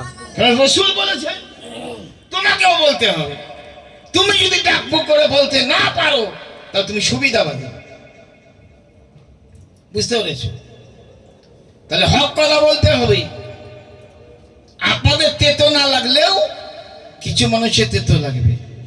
আহলে কোরআন বলে একটা দল বেরিয়েছে আমাদের পশ্চিমবাংলায়, ওই ফেতনাটা খুব কম আছে, তবু ছিটে ফুটে আছে। এরা কি বলছে? কোরআন মানতে হবে, হাদিস মানা যাবে না। এই আছে না নাই? যে বিশ্বাস করুন, আমি চিশতিয়া তরিকার একজন প্রচারক। আমার হিন্দেললি গরিব নওয়াজ খাজা মঈনুদ্দিন চিশতি তরিকার একজন মানুষ এবং সুন্নি জামাতের একজন আলেম। চ্যালেঞ্জের সাথে, জিম্মাদারির সাথে বলে যাচ্ছি, যেসব মানুষরা বলবে কোরআন মানবো কিন্তু হাদিস মানবো না, এরা কাফের, কাফের, কাফের। চ্যালেঞ্জ করে। এই মেদিনীপুরে পাঁশকুড়া নাম শুনেছেন, বড় মাদ্রাসা আছে, আমার ছেলে ওই মাদ্রাসায় পড়ে। পাঁশকুড়ার আগে ভোগপুর বলে একটা, এই শোনো, ভোগপুর বলে একটা স্টেশন আছে, প্ল্যাটফর্ম। ওখানে আমি কয়েকবার জলসা করতে গেছি। আবার এবছরও 6 চৈত্র ঈদ হবে, 8ই চৈত্র আমাকে দাওয়াত দিয়েছে ওই জায়গায়। এবছরও আগে থেকে দাওয়াত দিয়েছে। তো ওই জায়গায় ওয়াজ করতে গেলাম। তো এরকম শামীম বাবুদের মতন এরকম কিছু যুবক ছেলে যারা জলসা করাচ্ছে আর কি, তারা আমার কাছে এসে বলছে, হুজুর আমাদের এখানে একটা পীর সাহেব আছে। ওটা বন্ধ করো না বাবা। বলছে আমাদের এখানে একজন পীর সাহেব আসে, উনি ওনার মুরিদদেরকে শিখিয়ে দিয়েছে কোরআনকে ফলো করো, হাদিস মানা যাবে না। এই ফেতনা কিছু কিছু আছে না নাই? যে খুব সাবধান। বলছে কোরআন মানতে হবে, হাদিস মানা যাবে না। হুজুর এই নিয়ে কিছু বলবেন? আমি স্টেজে উঠলাম, ওয়াজ করতে করতে বললাম, কে এমন পীর সাহেব আছে যে বলেছে যে কোরআন মানবো, হাদিস মানবো না? তাহলে আপনারা কাজ করুন, ওই পীর সাহেব যখন আপনার এলাকায় আসবে জিজ্ঞাসা করবেন, হুজুর আপনার মুসলমানই হয়েছিল? এই মুসলমানই বোঝেন যে খাতনা করান। তো এই পীর সাহেবকে জিজ্ঞেস করবেন, হুজুর আপনার মুসলমানই হয়েছিল? যদি বলে মুসলমানই হয়নি, বলে তাহলে ভাগো এখান থেকে, তুই কেমন, তুই মুসলমানই হয়নি। আর যদি বলে মুসলমানই হয়েছে, বলে কোরআন থেকে দেখিয়ে দাও, কোরআনে কোথায় লেখা আছে মুসলমানই করাতে হবে, দেখিয়ে দাও। তুমি তো কোরআন ছাড়া চলবে না। খাতনা করানোর কথা হাদিস পাকে আছে, জোরে বলুন। মুসলমানই করার কথা হাদিস শরীফে লেখা আছে। তাহলে বলছো কোরআন মানবো, হাদিস মানবো না, তাহলে খাতনা করা পেলে কোথায়? বেঈমান। এইরকম কিছু ভণ্ড পীর, ভণ্ড ফকির আমাদের সমাজের মধ্যে বেরিয়েছে, বুঝতে পেরেছেন? যারা হচ্ছে কোরআন মানবো, হাদিস মানবো না। তাহলে ওদেরকে জিজ্ঞাসা করো, ঈদের নামাজ পড়বে কি করে? ঈদের নামাজ পড়ার কথা কোরআন শরীফে লেখা নেই। আমার এই টাটকা তাজা কথাগুলো দিলে গেঁথে রাখো, তেতো লাগলেও সত্য। ঈদের নামাজের কথা কোরআন শরীফে লেখা নাই। বকরিদের নামাজ পড়তে হবে, কোরআন শরীফে লেখা নাই। খতনা করাতে হবে, কোরআন শরীফে লেখা নাই। বেতের নামাজ পড়তে হবে, কোরআন শরীফে লেখা নাই। জানাজার নামাজের পদ্ধতি কোরআন শরীফে লেখা নাই। তারপরে ফজরের নামাজ 4 রাকাত কোরআন শরীফে লেখা নাই। জোহরের নামাজ 12 রাকাত কোরআন শরীফে লেখা নাই। আসরের 4 রাকাত ফরজ পড়তে হবে, কোরআনে লেখা নাই। মাগরিবের 7 রাকাত নামাজ 3 রাকাত ফরজ, 2 রাকাত সুন্নত, 2 রাকাত নফল, এটা কোরআন শরীফে লেখা নাই। এশার নামাজ পড়তে হবে, এটা কোরআন শরীফে লেখা নাই। এশার নামাজের 4 রাকাত ফরজ, এটা কোরআন শরীফে লেখা নাই। তাহলে ইসলাম টিকবে তো হাদিসকে বাদ দিলে? এই জোরে সরে বলে, হাদিসকে বাদ দিলে ইসলাম টিকবে? আর কিছু শিয়া বেঈমান বেরিয়েছে, এরাও এরকম প্রচার করছে কোরআনকে ফলো করো, হাদিস অনেক পরে হয়েছে, হাদিস মানা যাবে না। ওই বেঈমানগুলোকে আমাদের সামনে ধরে আনো। আপনারা ভাববেন না কড়া কড়া কথা বলছি, যেখানে যে রোগ সেখানে সেই দাওয়াই দেওয়াটাই দরকার, বুঝতে পেরেছে? হাদিস অনেক পরে হয়েছে বলছে, আমাদের কাছে আসুক না, প্রমাণ করে দেবো পরে হয়েছে না আগে হয়েছে। নবীর সময়েই মওলা শেরে খোদা আলী মুশকিল কুশা হাদিস সংকলন করেছিলেন। আব্দুল্লাহ ইবনে আব্বাস হাদিস সংকলন করেছিলেন। হযরত আব্দুল্লাহ ইবনে মাসউদ হাদিস সংকলন করেছিলেন। হযরত আবু হুরায়রা হাদিস সংকলন করেছিলেন। হযরত আবু উবাইদা ইবনে জাররাহ হাদিস সংকলন করেছিলেন। 10 জন আপনার সুসংবাদ প্রাপ্ত, জান্নাতের সুসংবাদ প্রাপ্ত সাহাবী, আশারায়ে মুবাশশিরার মধ্যে 6 জন সাহাবী নবীজির হাদিস সংকলন করেছিলেন। নারায়ে তাকবীর, নারায়ে রিসালাত, নারায়ে হায়দারি, আহলে সুন্নাতুল জামাত জিন্দাবাদ, পাক পাঞ্জাতন গাদামা। এই চলেঙ্গে প্যারে মুসলমান, যারা বলছে যে কোরআন মানবো হাদিস মানবো না, ওদেরকে বলো মওলা আলী পাকের নাম কোরআন থেকে দেখিয়ে দাও। পারবে? মা ফাতেমার নাম, এই গতকাল মা ফাতেমার গত পরশুদিন জন্মদিন গেল। আমি ঘাটালে ছিলাম, আমার এক ভক্তের বাড়ি। পরশুদিন মা ফাতেমা খাতুনে জান্নাতের ফাতিহা করা হলো। কালকেও দুয়াতে মা ফাতেমার ফাতিহা করা হয়েছে মণিবাবুর বাড়ি। তো মা ফাতেমা খাতুনে জান্নাত নবীর মেয়ে, মা ফাতেমা নাম কোরআন শরীফে লেখা আছে। আচ্ছা, ইমাম হাসানের নাম কোরআনে লেখা আছে, ইমাম হোসেনের নাম কোরআন শরীফে লেখা আছে। তাহলে পাঞ্জাতনের নাম তো কোরআন শরীফে লেখা নাই, আলীর নাম নাই, ফাতেমার নাম নাই, হাসানের নাম নাই, হুসেনের নাম নাই, কারো নাম কোরআনে নাই, সব হাদিসে আছে। একবার জোরে বলুন, সব কিসে আছে? হাদিসে আছে। তাহলে হাদিসকে বাদ দিয়ে কোরআন মানা যাবে না। একবার জোরে বলুন, খুব সাবধান। কত ফিতনা জানেন দুনিয়ায়, মূর্খ মানুষগুলোকে ভুলভাল বুঝিয়ে সব গুমরা করে দিচ্ছে। আর আমাদের আহলুস সুন্নাতুল জামাতের আকীদা হলো ইসলামের দলিল হচ্ছে 4টি। কয়টা? যারা মাদ্রাসায় উসুলে শাসি, উসুলে ফিকহ নুরুল আনোয়ার এই পর্যন্ত পড়েছে, তারাও এই মাসলাটা জানে যে ইসলামের দলিল হচ্ছে 4টি: কোরআন, হাদিস, ইজমা, কিয়াস। একবার জোরে বলুন, ইজমা, কিয়াস। কিয়াস কেমন? মানে তুমি একটা ইমাম আবু হানিফা একটা কিয়াস করেছে, ইমাম শাফি একটা কিয়াস করেছে, কিন্তু দুটো দু রকম, কিন্তু দুটোই সহি। একবার জোরে বলুন। আল্লাহর নবী, আল্লাহর হাবিব মদিনার জমিন থেকে বিশাল একটা সাহাবী দলকে ইয়ামানের দিকে পাঠালেন। নবী বললেন, শোনো, তোমরা ওই জায়গায় পৌঁছে গিয়ে আসরের নামাজটা আদায় করবে। কি বললেন?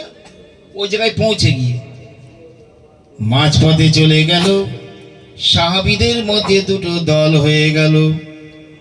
এক দল বলল আসরের নামাজ পড়বো না, কারণ রাসূল বলেছেন ওই জায়গায় পৌঁছে আসরের নামাজ পড়বে। তাহলে ওই জায়গায় পৌঁছাতে পারিনি তো আসর পড়বো না। আর একদল সাহাবী বলল নবীর আন্দাজ ছিল আমরা আসর পর্যন্ত ওই জায়গায় পৌঁছে যাব, তাই নবী বলেছিলেন আসরের নামাজ ওখানে গিয়ে পড়বে। তো তার আগেই যখন আসর খতম হয়ে যাবে, এই জায়গায় আসরের নামাজটা পড়ে নি। কিয়াস কাকে বলে বুঝাবার জন্য এই হাদিসটা বলছি মুসলিম শরীফের। নবীর এই সাহাবীর মধ্যে দুটো দল হয়ে গেল, একদল নামাজ পড়লো, একদল নামাজ পড়লো না। তারা যখন ওই জায়গা থেকে কাজ মিটিয়ে নবীর কাছে ফিরে এলো, আমার রাসূলকে বললেন, নবী গো, আমরা আসরের নামাজ পড়িনি। আর একদল বলল, নবী গো, আমরা আসরের নামাজ আদায় করেছি। নবী বললেন, তোমরা উভয়েই ঠিক করেছো। দুজনাই ঠিক, দুটো দলই ঠিক করেছে। এর নাম হচ্ছে কিয়াস। কোন একটা মশলার ব্যাপারে, কোন একটা বিধানের ব্যাপারে সমগ্র সাহাবায়ে কেরামরা যখন ঐক্যমত হয়ে যায়, আইম্মায়ে কেরামরা যখন ঐক্যমত হয়ে যায়, তার নাম হচ্ছে ইজমায়ে উম্মত। জোরে বলুন সুবহানাল্লাহ। ইজমায়ে উম্মত ইসলামের দলিল। তাহলে কোরআন হাদিস ছাড়া কোরআন বুঝতে পারবে না, ফিকহ ছাড়া হাদিস বুঝতে পারবে না, কিয়াস ইজমা ছাড়া তুমি ইসলামকে বাঁচাতে পারবে না। এটাই হচ্ছে আহলুস সুন্নাতুল জামাতের মত বাবা। এই জন্য বলছি একমাত্র জান্নাতি দল, বেহেশতি দল, নাজাত প্রাপ্ত দল হচ্ছে আহলে সুন্নাতুল জামাত। আমরা যাকে খাজা বাবা বলি, আমরা যাকে গৌস পাক বলি, আমরা যাকে দাদা বাবা গাজী বাবা বলি, ভাঙড়ির হযরতে পীর আব্বাস আলী শাহর নাম বলুন, হারোয়ার ভাঙড়ির সুলতান আলী শাহ যার নাম বলুন না কেন, পৃথিবীতে এমন কোন অলি ফকির দরবেশ নাই যারা সুন্নি জামাতের বাইরে। যারা সুন্নি জামাতের বাইরে হবে তারা পীর হবে না, তারা ভণ্ড হবে। তারা ফকির হবে না, তারা ভণ্ড হবে। তারা দরবেশ হবে না, তারা ভণ্ড হবে। তারা ইমানদার হবে না, তারা বেঈমান হবে। যে কোনো দিক দিয়ে দেবেন খারাপই ঢুকে আসবে। বুঝতে পেরেছি? এই জন্যে বাবা ওলি আল্লাহর পদাঙ্ক অনুসরণ করেছিল। আসলে ওলি কাকে বলে আমরা জানি না। ওলি ওলি আল্লাহ মানে এবার কি বলে জানেন? ওলি তাকেই বলা হয় তুমি কালকে কি করবে ওই খবরটা যে বলে দিতে পারবে, এমন লোক আছে। বুঝতে পেরেছো? যে পীর যে হবে সে তোমার আগামী কালের খবর সব বলে দেবে, তুমি ঘরে কি খাচ্ছ কি করছো সব বলে দেবে। এইটা পীর হওয়ার দলিল? মুসলমান কোথায় নবী বলেছে এটা পীর হওয়ার দলিল? শোনে নিন 24 পরগনার মুসলমান, সমস্ত পীরদের যিনি বাদশাহ, সমস্ত পীরদের যিনি সুলতান, বড় পীর আব্দুল কাদের জিলানী রাহমাতুল্লাহ আলাইহি, উনি হচ্ছেন ওলি আল্লাহর বাদশাহ। উনি গনিয়াতুত তালেবিন ফুতুহুল গুয়ুব কিতাবের মধ্যে লিখেছেন, কাউকে যদি আকাশের উপর দিয়ে উড়ে যেতে দেখো, কাউকে যদি পানির উপর দিয়ে হেঁটে যেতে দেখো, তাকে তোমরা পীর বলে গণ্য করো না যদি তার মধ্যে রাসূলুল্লাহর তরিকা না থাকে।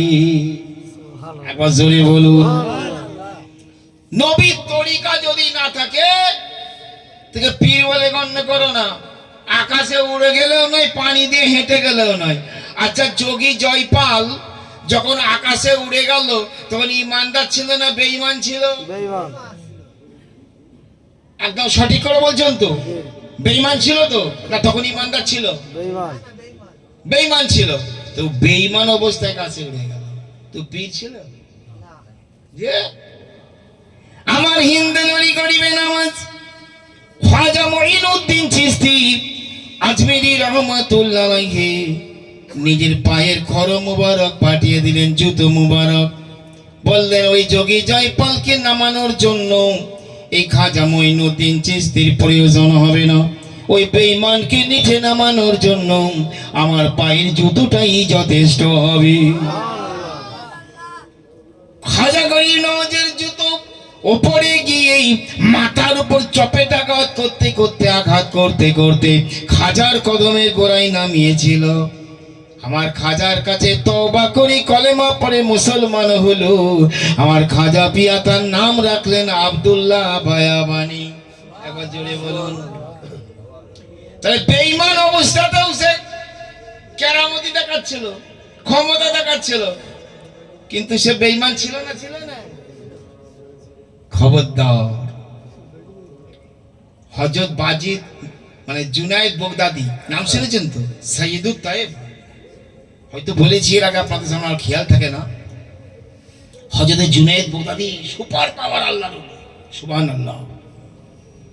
তো জুনায়েদ বাগদাদি কারামতের খবর চতুর্দিকে প্রচার। একজন যুবক ছেলে ও শুনেছে জুনায়েদ বাগদাদি বিশাল পীর, মুরিদ হতে গেলে ওনার কাছেই হতে হবে বলে জুনায়েদ বাগদাদির দরবারে এসেছে।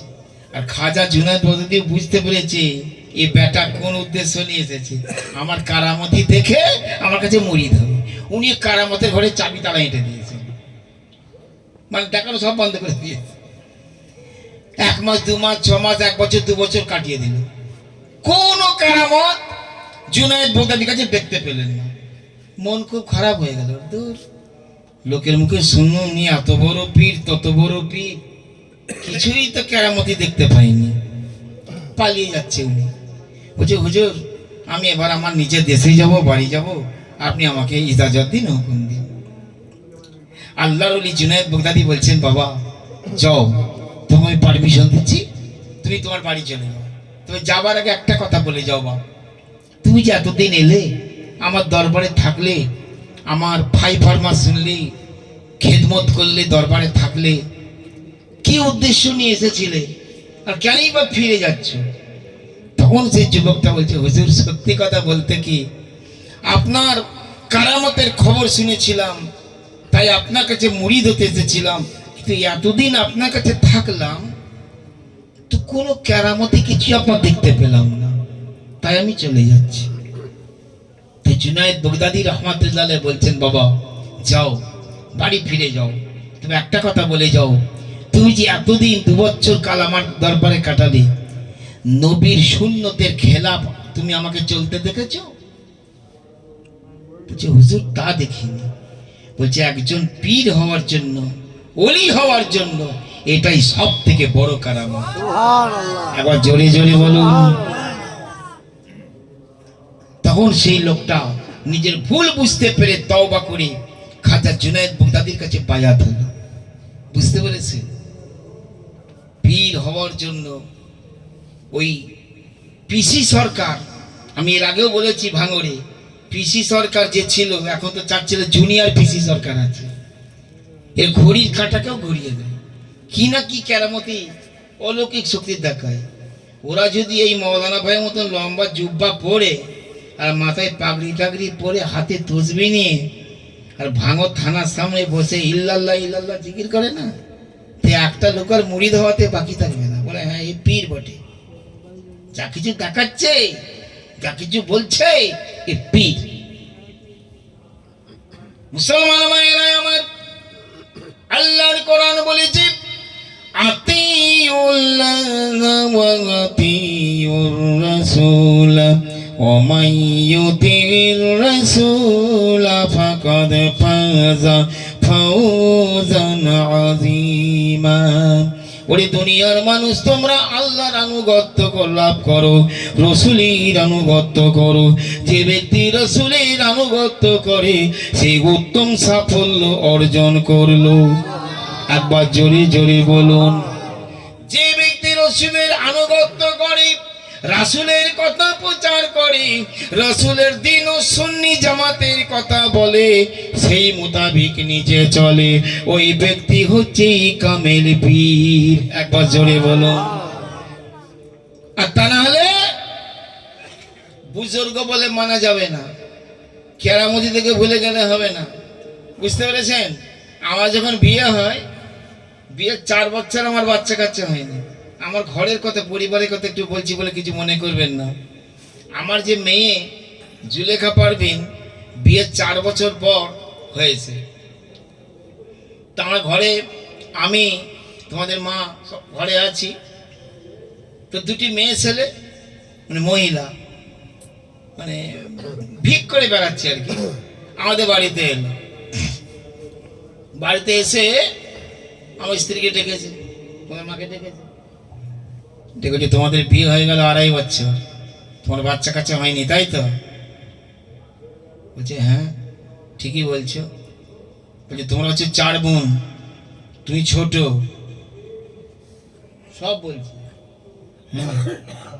তারপর তোমার বিয়ের আগেই তোমার বাপ মরে গেছে, তোমার মা অনেক বয়সকালে, তোমার শেষ বয়সে, তোমার মায়ের শেষ বয়সে তুমি হয়েছো।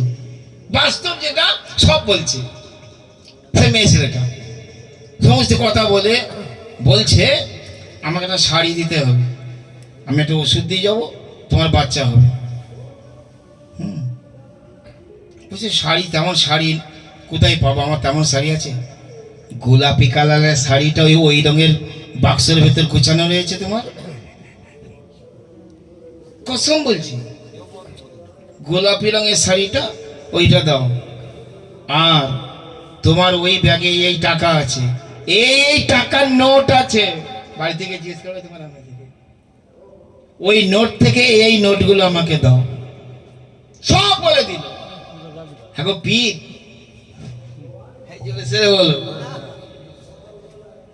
সিফিলিস বিদ্যা একটা আছে।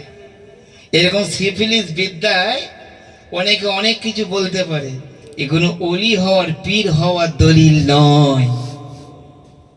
পীর হতে গেলে নবীর তরিকা মোতাবিক চলতে হবে। আর ওই পীরের যদি খেদমত করো, আল্লাহকে রসুলকে হাসিল করবে, দিন দুনিয়া উজ্জ্বল হবে, জান্নাতের পথ প্রশস্ত হবে, তোমার জীবনের আমলনামা, নেকির আমলনামা ভারী হবে, বদির পাল্লা হালকা হবে। এই কথা ঠিক কিনা বলো? এই জন্য হযরতে বুদ্ধ শাহ কামেল পীর সম্পর্কে অনেকগুলো গণনা করে লিখেছেন। নবীর তরিকা নিয়ে বুদ্ধ শাহ নাম হতে শুনেছেন, বর্ধমানে মাজার। উনি লিখেছেন, আমি কি করে মুখে দেখাব রে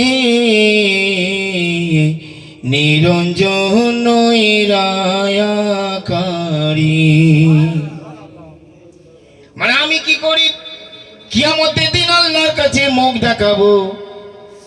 আমি তো পাপের ভরে চলতে পারছি না, আমি পুলসিরাত পার কেমন করে হব বলো? আমি কি করে মুখে দেখাব রে ওই নিরঞ্জন রায়াকারী। আমি পাপের ভরে চলতে গোনারি, আমি পার হব পুল কেমন করে? আমি কি করে মুখে দেখাব রে নিরঞ্জন রায়াকারী। একবার জোরে বলো। জন্মিয়া এই ভবকুলে আমি নিরঞ্জনে রইলাম রে ভুলে। দুনিয়ার সব কাজে মুঝে আল্লাহকে ভুলে আছি তো। ডাক যখন চলে আসবে সব খেলা বাদ দিয়ে হাজির হতে হবে। জন্মিয়া এই ভবকুলে নিরঞ্জনে রইলাম রে ভুলে। আমার কি দশা হবে গো মরলে, আমার কি দশা হবে গো মরলে? আমি পীরের সেবা করলাম না রে, আমি কি করে মুখে দেখাব রে ওই নিরঞ্জন রায়াকারী।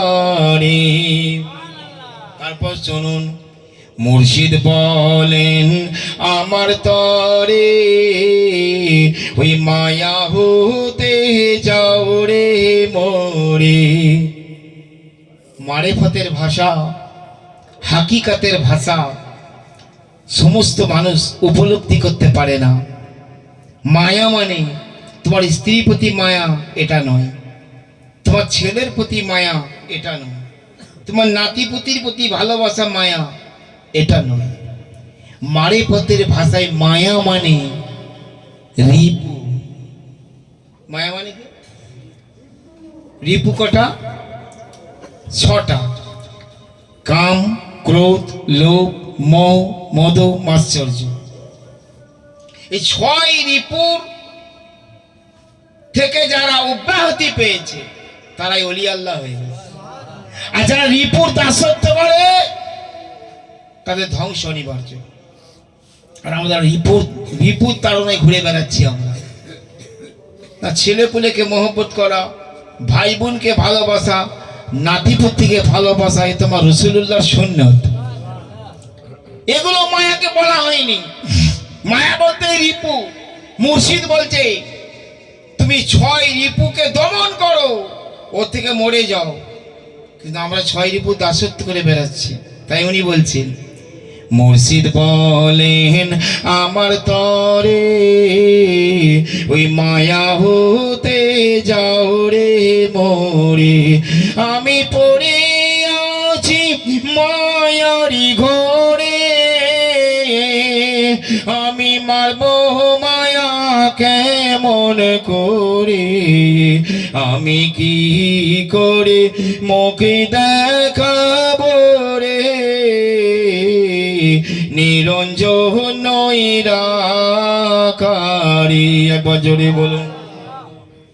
তবে মুর্শিদ যদি কৃপা করে, তবে এ চাল ছিঁড়তে গো পারে। একবার জোরে বলুন। মুর্শিদ যদি কৃপা করে, তবে এ জাল ছিঁড়তে গো পারে। ওরে অনায়াসে অধীন বুদ্ধ ওই পুলসিরাতে পার হইতে গো পারে, আমি কি করে মুখ দেখাবো রে, ওই নিরঞ্জন নৈরাকারী। আমি পাপের ভরে চলতে গো নারী, আমি পার হব পুল কেমন করে, আমি কি করে মুখ দেখাবো রে,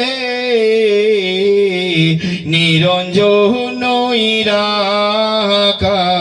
একবার জোরে বলুন। সুবহানাল্লাহ। আল্লাহর ওলিদের মর্তবা কত জানেন? হযরতে বাইজিদ বুস্তামি রাহমাতুল্লাহ আলাইহি, উনাকে ওনার মুরিদরা গিয়ে জিজ্ঞাসা করছে, আমি যে কথাটা বলছি আজ থেকে 50-60 বছর পূর্বে ফুরফুরার মেজ হুজুর তার ওয়াজে এই কথাটা বলেছে, তা প্রমাণ আমার কাছে আছে। উনার নিজ কণ্ঠের ওয়াজ আমার এখনো লোড করা আছে। আমরা সুন্নিরা, আমরা যারা পীরপন্থী সুন্নি জামাত, আমরা যারা আল্লাহর ওলিদের নামের পরে রহমতুল্লাহ আলাইহি বলি, আবার রাদিয়াল্লাহু আনহু বলি।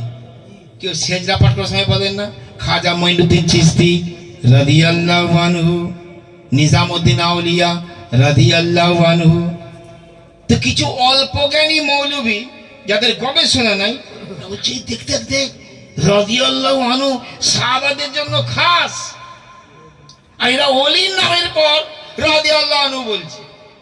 এরা বলে তার যা দলিল আমাদের কাছে আছে না, ওসব মৌলবীদেরকে ঢাকা দিয়ে দেবো ইনশাআল্লাহ। সুবহানাল্লাহ।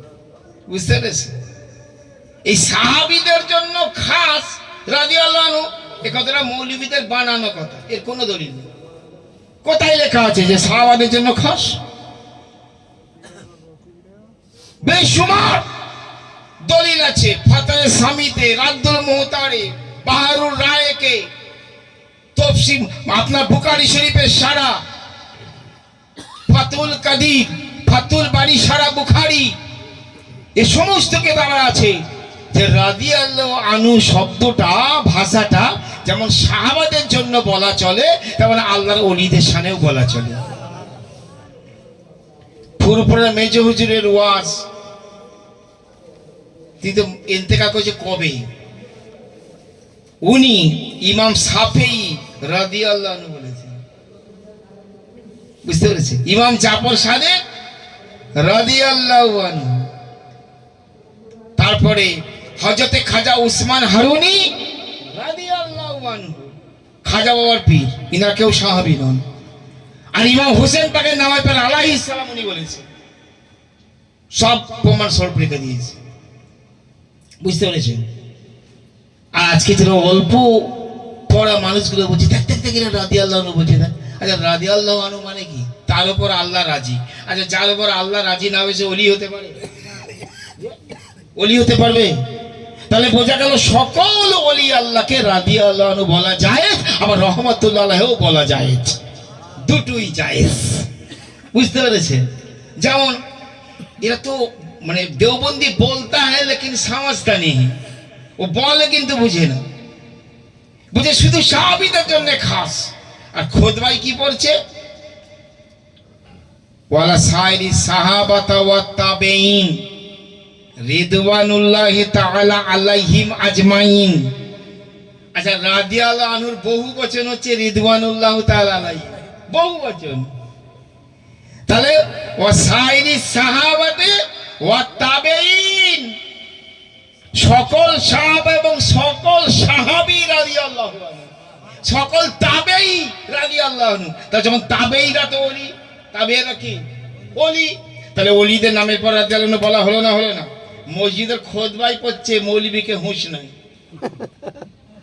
খুতবায় পড়ছে। বুঝতে পেরেছে? মুসলমান ভাইয়েরা আমার, আমি যে কথা বলছিলাম, আজ থেকে 50 বছর আগে ফুরফুরার মেজ হুজুরও স্বীকার করেছে এই কথা, যে খাজা বাজিদ বুস্তামি রহমাতুল্লাহ আলাইহির দরবারে তার মুরিদরা গিয়ে জিজ্ঞাসা করছে, হুজুর আল্লাহর নবী হাদিস পাকে বলেছেন, মা বাপের চেহারা দেখলে ভক্তির নজরে সন্তানের গুনাহ মাফ হয়ে যায়, মা বাপের পায়ে কদম বুসি করলে জান্নাতের চৌকাঠে চুমা দেওয়া হয়। হুজুর আপনার কাছে আমাদের প্রশ্ন, কোন মুর্শিদে কামিলের যদি কোনো মুরিদ কদম বুসি করে তবে তার কি ফজিলত আপনি বলুন। তখন হযরতে খাজা বাইজিদ বুস্তামি রহমাতুল্লাহকে বলেছিলেন, এই আমার মুরিদের দল শোনো, তো যদি কোনো ভক্ত মুরিদ তার পীরের কদম বুসি করে, পীরের চেহারার দিকে ভক্তির নজরে তাকায়, তার জীবনের সাগিরা গুনাহগুলো আমার আল্লাহ পাক সব মাফ করে দেয়। একবার জোরে বলুন। তাহলে পীর কি বস্তু বাবা, ওলি কি বস্তু বাবা, এই কথা আমরা কিন্তু জানার চেষ্টা করিনি। গুরুকে মনুষ্য জ্ঞান যার, অধুপথে গতি হবে তার। যে নিজের পীরকে নিজের মতো মানুষ বলে নেবে, নিজের মতো সাধারণ মানুষ ভাববে, তার আধ্যাত্মিক উন্নতি বন্ধ হয়ে যাবে বাবা, তার রুহানি তারা কি বন্ধ হয়ে যাবে। কেননা পীর হচ্ছে নায়েবে নবী। ওরে যে রূপ তোমার মুর্শিদের গায়ে, ওই রূপ ছিল গোপনে। আরে মুর্শিদকে যা ভাবার দরকার তাই ভাবিও মনে। এই মুসলমান বাবাজিরা খুব ভালো করে শুনুন, মুর্শিদ হচ্ছে নায়েবে নবী, মুর্শিদ হচ্ছে নায়েবে রাসূল।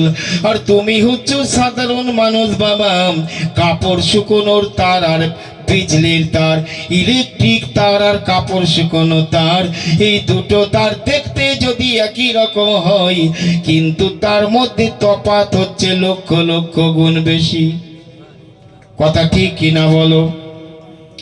কাপড় শুকোনো তার কারেন্টের তারের কাছে গিয়ে বলছি, তুইও তার আমিও তার, তুইও টাঙানো আছিস আমিও টাঙানো থাকি, তুই অ্যালুমিনিয়াম দিয়ে তৈরি আমি অ্যালুমিনিয়াম দিয়ে তৈরি, তুইও যা আমিও তাই।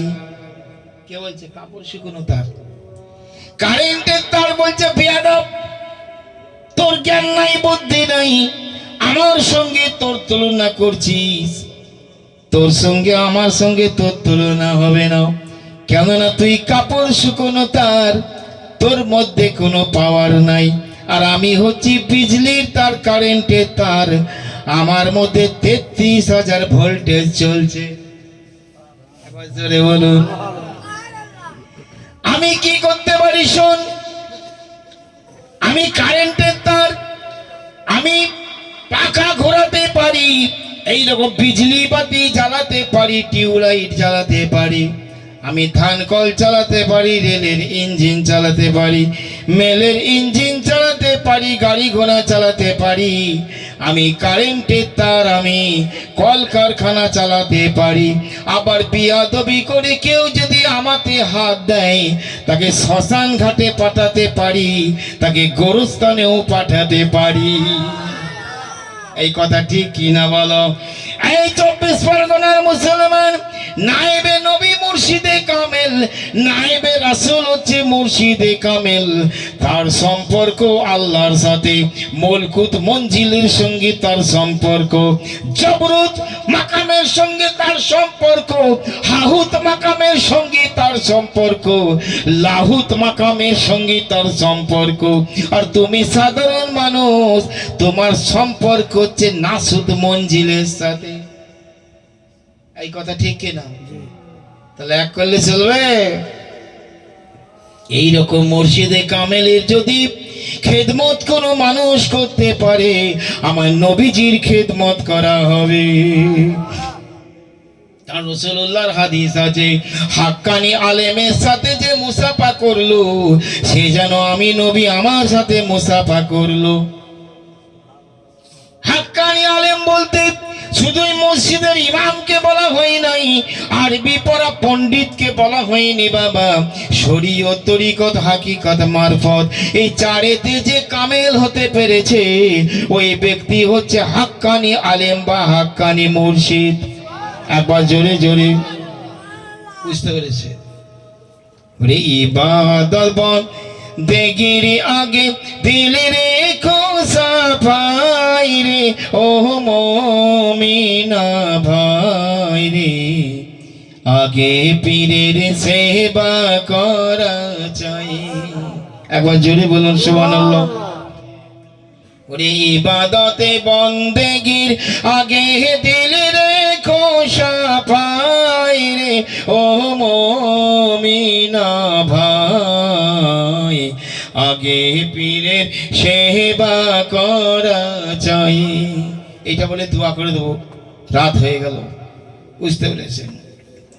শোনে রে বলি ও মুসলমান, পড়লে তো হবে না কোরআন, আলিফ লাম মিমের আগে মানে জানা চাই। সাধারণ মৌলবীরা কি বলছে? আলিফ লাম মিমের মানে আল্লাহু আ'লামু বিমুরাদিহি, তাফসীরে লিখেছে এর মানে আল্লাহই জানে।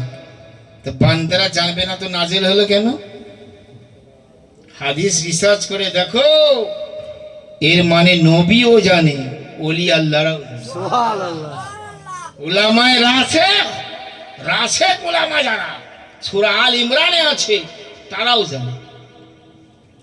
সোনারে বলি ও মুসলমান, পড়লে তো হবে না কোরআন, আলিফ লাম মিমের আগে মানে জানা চাই, নইলে হাফেজ কারি হবি, জনম ভর না খোদা পাবি, নইলে হাফেজ কারি হবি, জনম ভর না খোদা পাবি।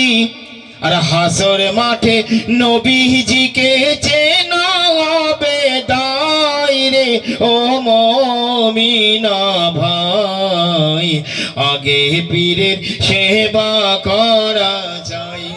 এবার জোরে বলুন, ওরে ইবাদত বন্দেগির আগে দিল রেখো সাফাই রে, ও মুমিনা ভাই, আগে পীরের সেবা করা চাই। শুধু কপাল ঠুকে করলে কালো, হবে না তোর দিলে আলো। এক একটা তবলিগ জামাতের আমির সাহেব দেখবেন নামাজ পড়ে কপালে কালো ঘেরা দাগ হয়ে গেছে, হয়নি না? হয় আমাদের তো শত শত দেখা। হ্যাঁ, আর সুন্নি জামাতের কত পীরেরা ওলি আল্লাহরা, তাদের এরকম দেখা যায় না। এদের তো দাগ কেন? আল্লামা আরশাদুল কাদেরী সুন্নি জামাতের একজন বড় ওলি ছিলেন। আমি হুজুরকে দেখেছি কলকাতা আলিয়া মাদ্রাসায় পড়ার জীবনে। হুজুর আল্লামা আরশাদুল কাদেরী রাহমাতুল্লাহ, টাটা জামশেদপুরে যার মাজার, 1 কোটি লোক হয়েছিল ওনার জানাজাতে। সুবহানাল্লাহ। আল্লামা আরশাদুল কাদেরী উনি জের ও জবর বলে কিতাব লিখেছেন, তাতে লিখেছে যে ওয়াহাবির কপালে ঘাটটা দাগ কেন? এরা নবীর বিয়াদবি করে, ওলি আল্লাহর বিয়াদবি করে করে দিল কালো হয়ে গেছে ওদের, আর ওদের দিলের কালোটা আল্লাহ কপালে ফুটিয়ে দিয়েছে। বুঝতে পেরেছ? শুধু কপাল ঠুকে করলেই কালো হবে না তোর দিলে আলো, থাকবি আজা ঝিলের পাশে আর কোথাও নাই ঠাঁই রে ও মমিনা ভাই, আগে পীরের সেবা করা চাই, ইবাদত বন্দেগীর আগে দিল রে খোসা ভাই রে ও মমিনা ভাই, আগে পীরের সেবা করা চাই। আল্লাহুম্মা সাল্লি আলা মাওলানা মুহাম্মদ ওয়া আলা আলি।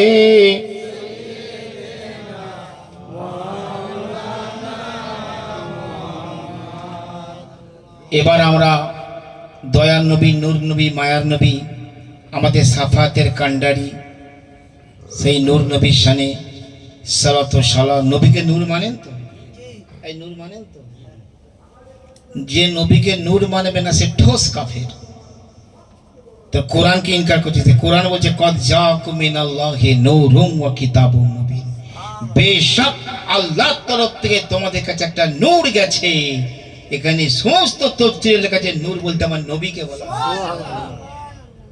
নূর নবীর শানে আল্লাহ নবী আমাদের দরুদ ও সালাম নিজের নবুয়তের কানে সব শোনেন। এই আকীদা রাখবেন, নবী জিন্দা নবী, নবী হায়াতুন নবী, ওলি আল্লাহরা জিন্দা, পীর ফকিররা জিন্দা। তারা তোমার আমার সাধারণ মানুষের মতন মৃত্যু নয়। আমার খাজা পিয়া ইন্তেকাল করলেন, তার কপালে লেখা হয়ে গেল হাজা হাবিবুল্লাহ মাতা ফি হুব্বিল্লাহ, ইনি আল্লাহর প্রেমিক ছিলেন, আল্লাহর প্রেমেতে ইন্তেকাল করেছে। ওলি আল্লাহর প্রতি, পীর ফকিরদের প্রতি শ্রদ্ধা রাখবেন, তারপর নামাজ পড়ুন, রোজা রাখুন, ফরজ ওয়াজিব আদায় করুন। আকীদা সহি হলে আমল কবুল হবে, আর আকীদা সহি না হলে আমল কবুল হবে না। আসুন একটু নবী সাল্লাল্লাহু আলাইহি ওয়াসাল্লাম পেশ করি। ইয়া নবী